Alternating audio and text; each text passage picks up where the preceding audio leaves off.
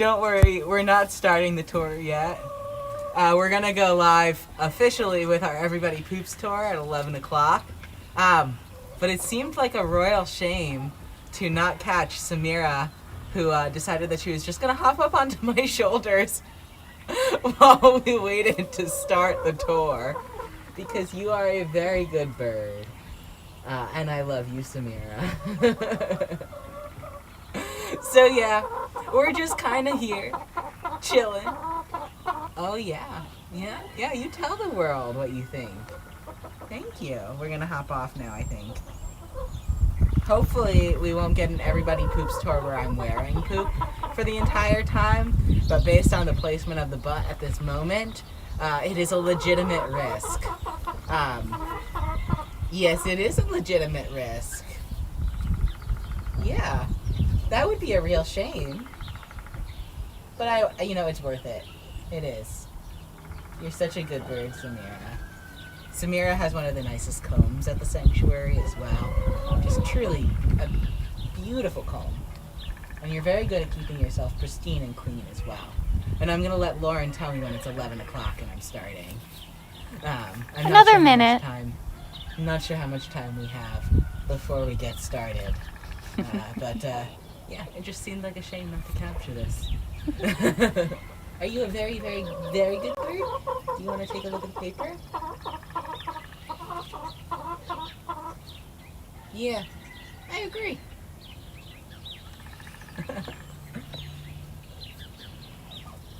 What are we doing? Oh, please don't poop on my neck. I think we're trying to figure out how to hop off. We got on with pretty good grace, honestly. Let's see if we can hop off. Good job, Samira. We love you. We love you, good bird. Would you like to hop up on my lap? Let's see, we'll put these notes away. And I think it's 11 o'clock now, would I be right? It's 1 o'clock. That's what I meant. It's 1 o'clock now. What is time when quarantine exists? But welcome everybody for our first virtual Everybody Poops tour. I'm Kaden, and I will be taking you around the sanctuary for one of our grossest tours that we offer here for about 45 minutes this afternoon. So I hope that you have either already well finished your lunch, or that you're going to wait a little while to enjoy. Or maybe you're someone who just enjoys watching a poop tour while eating lunch. That's totally fine too. But yeah, welcome. I want to give you just a little bit of a history of the sanctuary before we get started on the official portion of the tour this afternoon. And I hope that you were able to catch the pretty cute bird time that we had earlier. So normally I would start our Everybody Poops tour with a story of the infamous Catskill Animal Sanctuary flaming pile of poo, which is the true story of a 6-month burning pile of poop here at the sanctuary. Just kind of a small smoldering for about 6 months. But if you want the details of that story, you're going to have to wait. We don't have that much time together compared to our normal length tours today, and so that will be reserved for one of our future Everybody Poops tours. So you're just going to get the little rundown of what we do here at the sanctuary, which is to say that we rescue farmed animals, in particular, like Malika here, who are in desperate and urgent need of our help.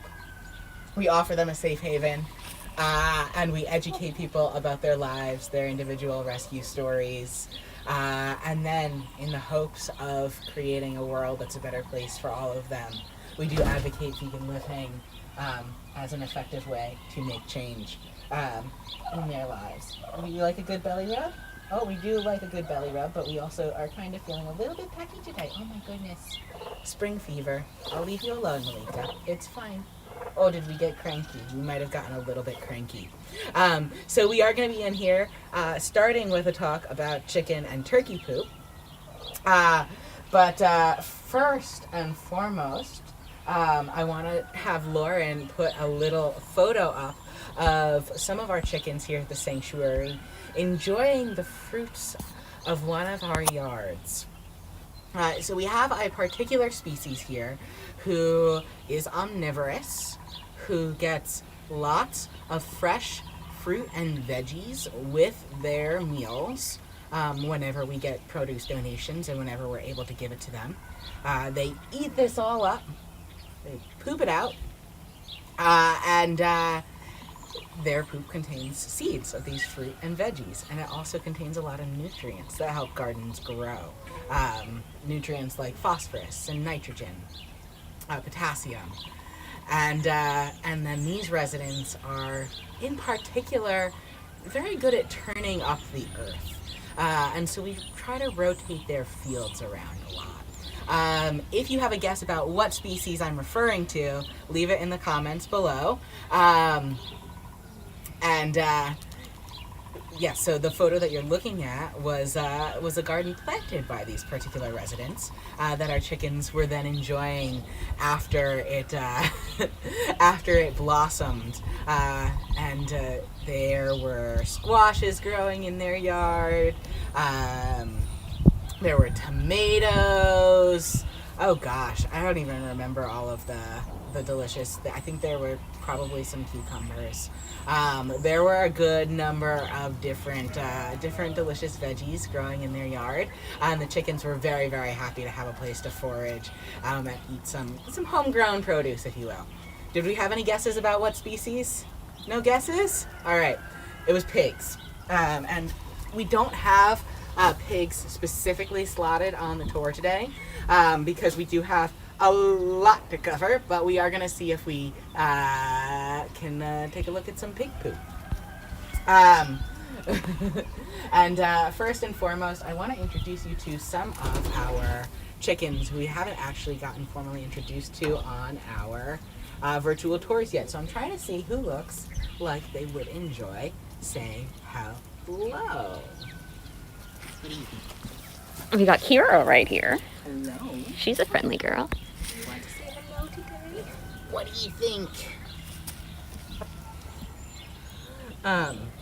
This is Kira, and our chickens who look like Kira in this yard. There are now 13 of them in here. Actually, no, sorry, 12 in here right now, because Scooty is living in another yard at the moment. These guys all came to us. Are you gonna hop away? She says, I'm gonna hop away. They all came to us in January of 2019 from a bankrupt factory farm. And when they arrived here, they were actually about 3 weeks old when they arrived at Catskill Animal Sanctuary, so they were still absolute babies. And they had been rescued from a farm that had about 36,000 chickens on it, and 3 barns for all of those chickens. So as you might imagine, they were not in what we would consider to be ideal shape. Their barn had the heat turned off. They weren't being fed because their farm was going bankrupt. And so they were these little sick, stunted babies, and they had some pretty funky poos when they arrived. As it turned out, after we did a fecal test on them, which is super important to make sure that we're regularly doing on our residents, to make sure everyone's digestive health is looking good, we figured out that they had coccidia, which is a parasite that is really, really common. Hello, Imogen! Coccidia is a really, really common parasite for us to see in chickens from standard American farms because they are crowded all together. They are there's 12,000 chickens in a barn, and their barns are never cleaned out when they're living in there. So there's just plenty of opportunity for these bacteria, these parasites to spread, and so it's actually fairly common for farmers to regularly just give their entire flock anti-parasite medications preemptively because they just assume that yes, there's parasites in the flock, and this can also create some resistance to these medications as well. I'm going to see if Winter wants to say hello, so I'm going to go scoop up Winter. She's usually pretty good for a cuddle. What do you think, Winter? And don't worry, I'm about to pick up some chicken poop after I pick up Winter. You're not a piece of poop. You're not a piece of poop at all. And in the meantime, we do have a question. Yeah, what's our question? Barbara wants to know, is the new chicken barn being built? It is. We actually just laid down I want to say concrete, but I always mix up concrete and cement, so don't quote me on it. But yes, so the foundation is kind of really close to being finished, and then we'll get up the rest of the building. So it is being built. It is coming soon, and we're super excited about it. And arguably the thing I'm most excited about it, well, honestly, the thing I'm most excited is that these birds are going to have just a really, really awesome home. But then there's also going to be Wi-Fi further out on the sanctuary, so our virtual tours will be extended as well. So in these times, that's a big perk as well. But you're clearly deserving of an excellent, excellent new barn, aren't you, Winter? She says, absolutely I am. Does anyone know why chickens just poop wherever they want at any given time? Leave a guess in the comments. These guys, they don't really have a choice. When they gotta go, they've gotta go. And there's a pretty cool reason for it. Are you gonna walk away, or are you gonna do a little lap sit? We're gonna hop away. We're just trying to find the right footing. All right, so what I've got for today, I sent Lauren out for a poop collection task earlier this afternoon, and she was very wonderfully obliging me. I got some pretty good ones. Very exciting. I found some very good poos. But in the interest of general sanitariness, I'm not going to pick up the poops with my bare hands. But I do have a nice, little chicken poo right here. If anyone wants to see, what an exciting tour. All right. So, can we see this? Does it look good? It looks great! So this is a pretty standard look for a lot of bird poop. We've got our general brown section here and our white section here. Does anyone know what those two bits are and what the difference is? Have we had any guesses from my other question? On the question of why they just poop wherever, Sean is guessing it has to do with territory. It does not have to do with territory. It's largely to do with the fact that when they gotta go, they gotta go. Oh, please don't. We don't want to eat that. We don't want to eat that, Imogen. I know. She's got different plans about what lunch looks like today. No. No. Imogen's a little too excited about the poop tour. So I'm going to put that back on the ground so it's a little less enticing. I know that Lauren's been trying to get an Imogen hug on her tours for a couple of days, but it looks like I'm going to get the first virtual Imogen hug here. But the reason that chickens really have to go when they have to go is that they're missing a sphincter, which is, a sphincter is, we've got sphincters in our digestive system. From the upper digestive system all the way down. And there's a sphincter in a lot of mammals that allows us to hold in our poop. It's just a little muscle that stays nice and contracted until we're ready to decide to go poop. Birds do not have this same sphincter. So when they gotta go, they gotta go. Oh my goodness. We've got quite the conversation going on over there. So, when I was talking a little bit earlier, and we are going to get moving so that we can try to find a few of our goats and sheep and talk about their poo on this tour as well. But before we get going, does anyone have any guesses where we might not want our poop from the sanctuary and from farms to end up? Allowing plants to grow really nice and lush like they did in our garden. Where are some places where we might not want plant life or plant-like life growing rapidly because of all of the nutrients from the poop that comes from chickens and turkeys, pigs, cows, etc.? Leave your guesses, and I'm going to have have us move on out of this field. So I'll let you guess while we walk. What? Well, on the question of the different colors Yes. that are Oh, in yes. there, Sean, the gold star student here, says one shade is more like pee and the other is more like poo because it all comes out of the same cloaca. Ooh, cloaca Oh, is yeah. a great word. That is, yeah, it all does come out of the cloaca. And that is the brown part is essentially like the poop part.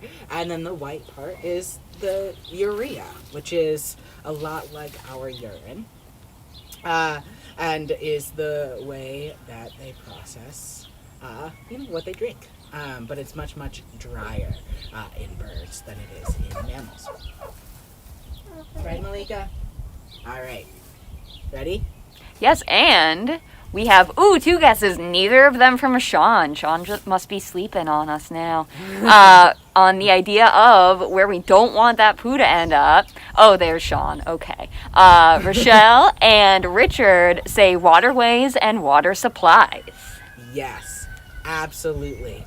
That is pretty much exactly the answer that I wanted to hear. It is very, very common for nutrients from animal agriculture to get washed in runoff water. So when it rains, all of that poop and all of the nutrients in the poop that helps plants grow really, really well ends up getting washed into rivers. Rivers bring it down to the ocean, and things like algae will bloom. But unfortunately, that will create these like big blooms of algae will create ultimately dead zones. It'll ultimately create dead zones in our oceans and our important bodies of water, which is very, very bad for the aquatic life, obviously, because it's a dead zone. So there is a very, very real impact of all of the poop from these guys ending up, not on the farms where it originated. And this is actually a pretty significant impact because by dry weight, I'm going to say, and I'm going to give you lots of time to answer this question. I won't answer it at the very, very end of our tour. But by dry weight, how much more poop do you think that farmed animals in the U.S. make than all of the humans living in the U.S. combined? So I'll let you take about a half an hour to answer that one, and we'll loop back to it at the very end. Now let's go see some goats and sheep. One more chicken kiss. Okay? Just one more chicken kiss. I know. All right.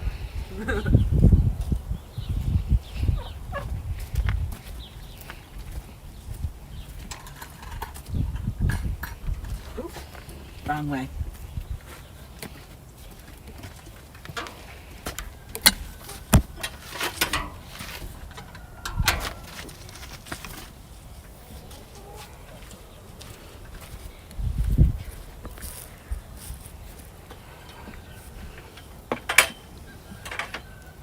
Alrighty, so off we go. I'm pretty sure that I saw a lot of our goats wandering to the other side of the sanctuary, which is currently no Wi-Fi zone. But I'm going to hope that a few of our stragglers are left behind. But either way, we're going to look at the group. Alright. So off we go. And we have someone trying to make some friends. We do have our sheep over here at the moment. And I know you saw a lot of sheep earlier today. On Lauren's live tour, if you tuned in at 11 o'clock this morning. Does anyone know how to tell the difference between sheep poop and goat poop, by the way?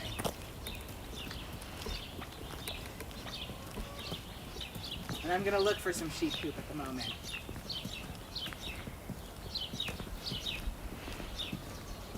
Hi, beautiful. How you doing? How are you doing?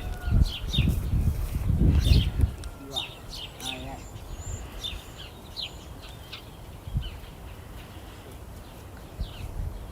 We're looking. 1 second. I know, but you're gonna try to sneak in because you're trying to. Yeah, you're gonna try to sneak in. I know. Very. Oh. Oh. Oh, we didn't like the tripod. Lauren has officially scared someone off. Oh, you know sweetie, I'm what? sorry. In the interest of not scaring her off, we're gonna go this way.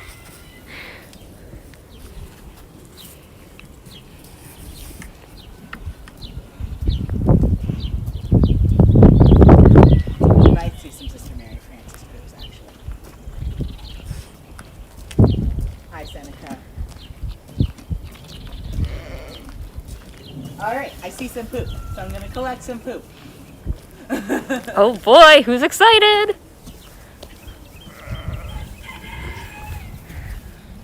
And it's actually pretty fresh. All right, do we have any guesses on how to tell the poops apart? Ah, we did. Oh, there we go. The shape. Yeah, what do you think about their shape?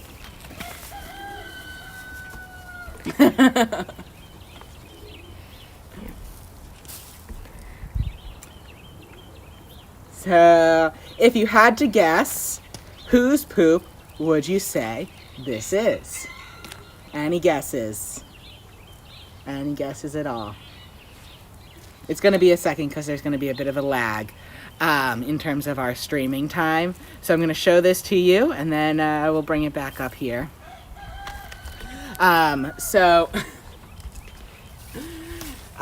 The poop that I'm holding right now, and I don't know why I'm continuing to hold it, so we're just going to toss that off to the side. As the residents who made it typically do. The poop that I was holding belonged to probably a goat. But the truth is, it's actually pretty hard to tell by eye the difference between our goat poops and our sheep poop. In general, the sheep poop tend to be a little bit more of a rounded pellet, and the goat poop tends to be a little bit more of like an oval-shaped pellet. But it's super, super similar. And does anyone know, or actually, well, why it's such similar-looking poop? We did have, by the way, both Sean and Barbara guess goat on that one. Excellent job, Sean and Barbara. Thank you. And the reason that we are able to, that we see that the goat and the sheep poop looking very, very similar is partly to do with their digestive systems. So we might have our goats just far out, but Christopher is going to make many an appearance today. These guys eat pretty much the same diet as our goats. And in fact, Christopher, he eats the same diet as a goat because a lot of people think that he is a goat. No. He's the goat sheep, just a goofy looking guy. But yeah, they eat these very grass heavy diets, and their digestive system is very, very similar. Goats and sheep are both ruminants. And we have one other very, very famous or popular ruminant species here at Catskill Animal Sanctuary. If you have a guess who our third ruminant is in the sanctuary, leave it in the comments. And then also there is one ruminant who traipses through Catskill Animal Sanctuary, but who we don't officially rescue and who we're not officially home to. And if you have a guess what this wild ruminant is, leave that in the comments below. And I will give you a hint, this wild ruminant's poo looks a lot like goat and sheep poo because they have, again, pretty similar diets and digestive systems. All right, so Christopher's wandered off. Our sheep are wandering or not super cooperative, our other sheep. And our goats, we're gonna hope that we cross paths with them. So we're gonna keep moving while you guess what our third ruminant, or our third and kind of fourth ruminant species, who's got the fun poops, looks like here.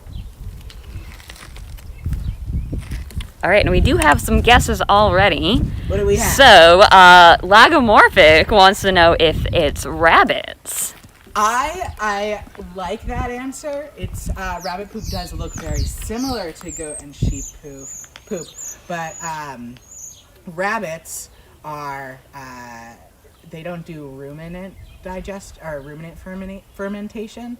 They actually do a cecal fermentation, which you might recognize from that special type of poop that they actually have to eat a second time. So rabbits will do a cecal poop that they will then, it's a little bit richer than their sort of final poop, and they'll re-eat their poop. So no, it is not rabbits, although they do digest these very herbivorous, grass-based diets, and we're going to talk about that as well. What's our third ruminant species guess? Hang on a second. No, so the chat just went away, but I did see some people guess deer. Deer are our wild ruminants who pass through. Yes. And you know what's interesting? Our deer have, from time to time in the spring, known to be particularly interested in the goats. So they see that similarity between them as well. Our third ruminant species, and forgive us, our chat has dropped, but if it comes back and we see that we've guessed, we'll give you credit for sure. Our third ruminant species who we officially rescue, who can officially call Catskill Animal Sanctuary home, is the cow. And the cow's poop looks very, very different, I will admit, from our goat and sheep poop here. But cow diets are much higher in, or cows have historically had more access to water, and they've not needed to preserve water from their diet as efficiently, which has meant that they were able to poop out more water, and they have less of a pelleted poop and more of what you might know of as a cow pie. And we're gonna go and admire. Actually, you know what we're gonna do for you first? We are going to switch over and watch a quick video of me with our bovine friends, our third ruminant species. We're going to watch that quick video. Hopefully the audio works. It should all work out well. And then we're going to loop back and talk about and hopefully find some more of our goats. So we're here with Jesse this afternoon. And if you had tuned in on Thursday, you would have caught a little pre-recorded footage of him kissing the camera because he's a big kisser, isn't he? We're going to stand up. We are going to stand up. Always give a cow plenty of room to stand up. Good boy, Jesse. Hello. Hi, handsome. Yeah. So we are in here to talk about cows because they are the largest species that Catskill Animal Sanctuary rescues, but more importantly for a poop tour, they're arguably one of the gassiest species that we rescue. Are you a little bit gassy? Just a little bit. Honestly, I usually like to tell people about the story of Tucker, who is not on this video right now, but you can catch him right here on this shirt. Tucker is our 3,000-pound steer. And for perspective, Jesse is probably closer to the 2,000-pound mark. But Tucker was on one of my tours one day. We were visiting with him, and he starts to pass a little bit of gas. And I thought, oh, I'll just wait until he finishes and then continue on with his story. But that went on for about 10 minutes straight, and it was an impressive feat. By the end of it, I think pretty much my whole group had been reduced to giggles, which is understandable. But cows, they are gassy, kind of partly because of what they eat and how they digest.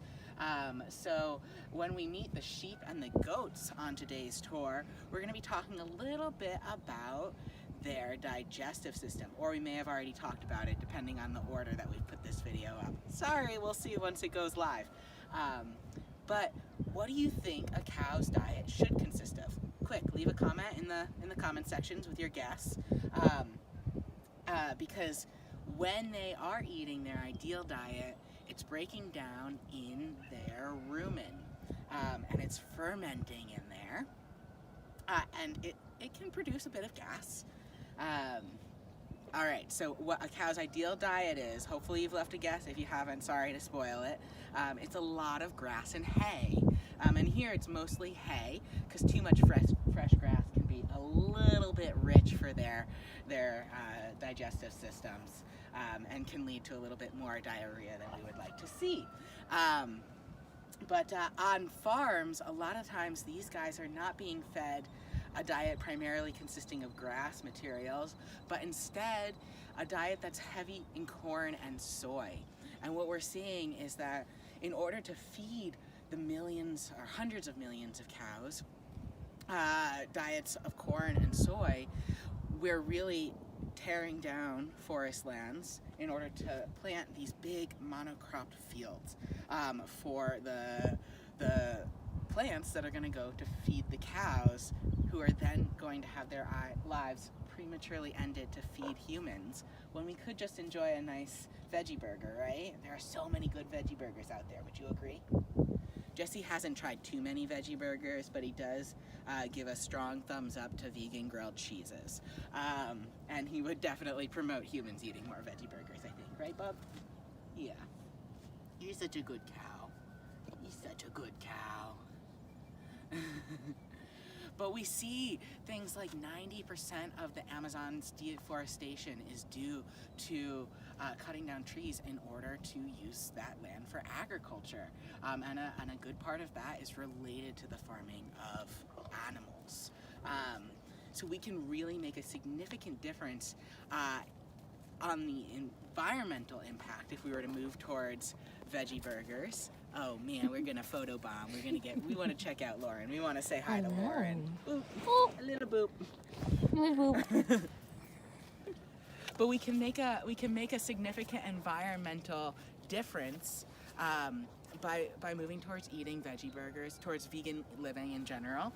And it also makes a big difference for these guys here to be able to eat their proper diet. If he was getting fed a diet heavy in corn and soy, what that's going to do for his stomach, his digestive system, is it's going to cause him to bloat. It's going to be really, really uncomfortable. And we're also likely to see a number of other health issues, liver damage and abscessing being one of them. In fact, cows who are used on beef farms, by the time they're just these little 18-month-old babies, who are unfortunately having their lives ended, their livers are already significantly abscessed. We see in a lot of the cases. And it's heartbreaking because we know that must be painful for them.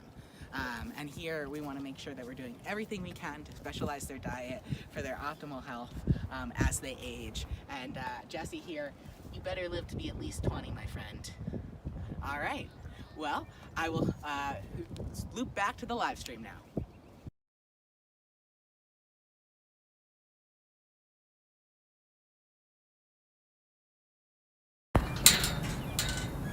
We're back?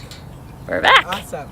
So what we've done is we are unfortunately likely going to be out of luck in terms of a goat appearance today, because they are just way out there on the sanctuary. I'm hoping that they're going to decide to sort of run in at some point. We'll be able to kind of catch them as they make their way back to the main barn as a herd. But in the meantime, we're going to admire Lauren's handiwork in having collected a bunch of poop for us this afternoon. So, our first one is a lovely, fairly large bit here. Any guesses whose this is? Actually, we might not have time for all of these guesses, so I'm just going to start. This is the poop of someone who is standing behind me in this field back here. So we've got a horse field, and we're going to see some of these guys in a minute. But this is a nice grassy horse poop. I'm sorry,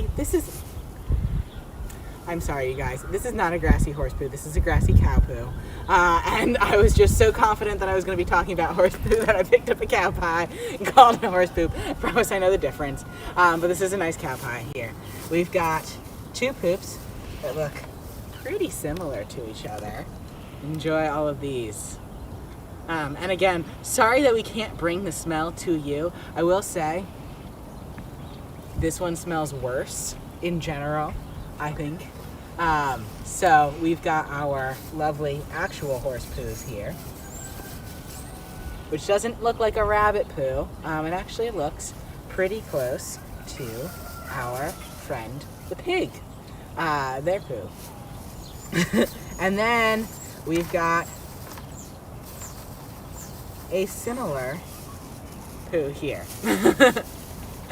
to what looks like our pig poo, but it's actually it belongs to a sheep who had a little bit more water in their diet one day, and they had a little bit more of a compacted poo instead of their normal pellets. And this is actually how we can tell Atticus poos apart really, really easily. One of our sheep here, Atticus, he just has very, very big and very intact sheep poos.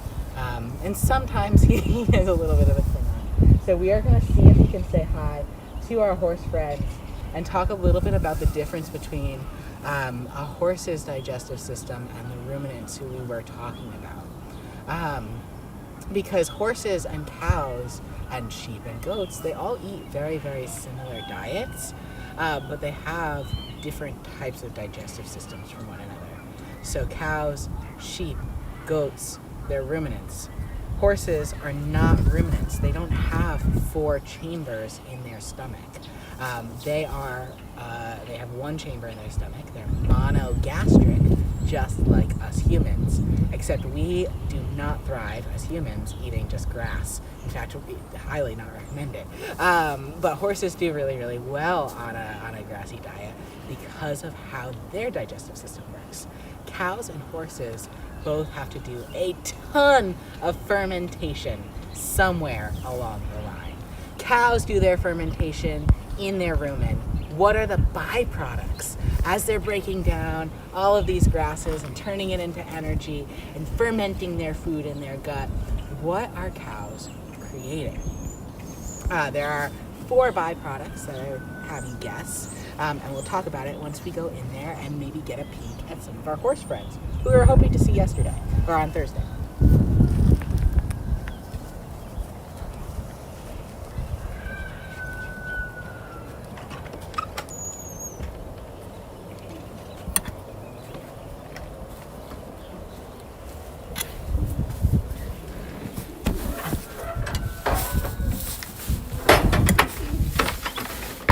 Got to get the doors, folks. We want to make sure none of the goats come wandering into here. That would not be the best for them. This is who are being groomed, so we're going to come out this way. Colette, what do you think? Oh, it's very squishy up here in the field at the moment. This way. Oh, she's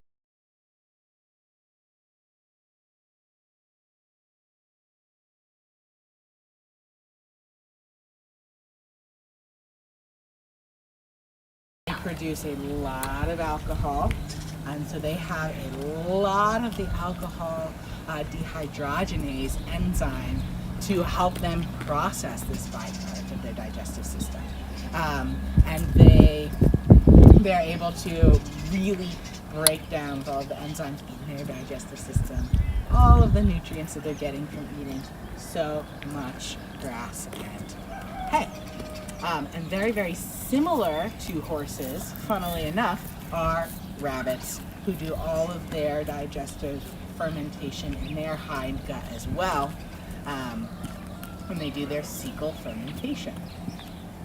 Alright, so we are going to go take a peek at our buns instead, because the horse thing was not working out for us. We are just kind of out of luck with horses this time, so my apologies for that, you guys. Do we have any guesses about who is making this little harmful byproduct? No guesses?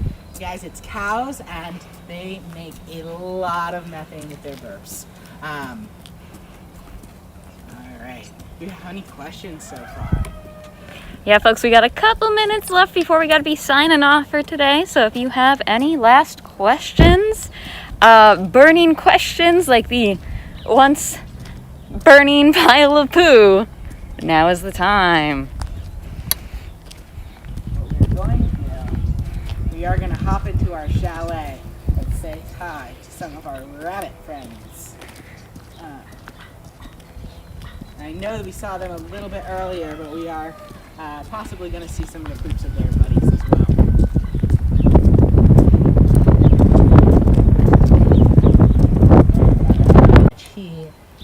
any of our chickens really, really enjoy munching down?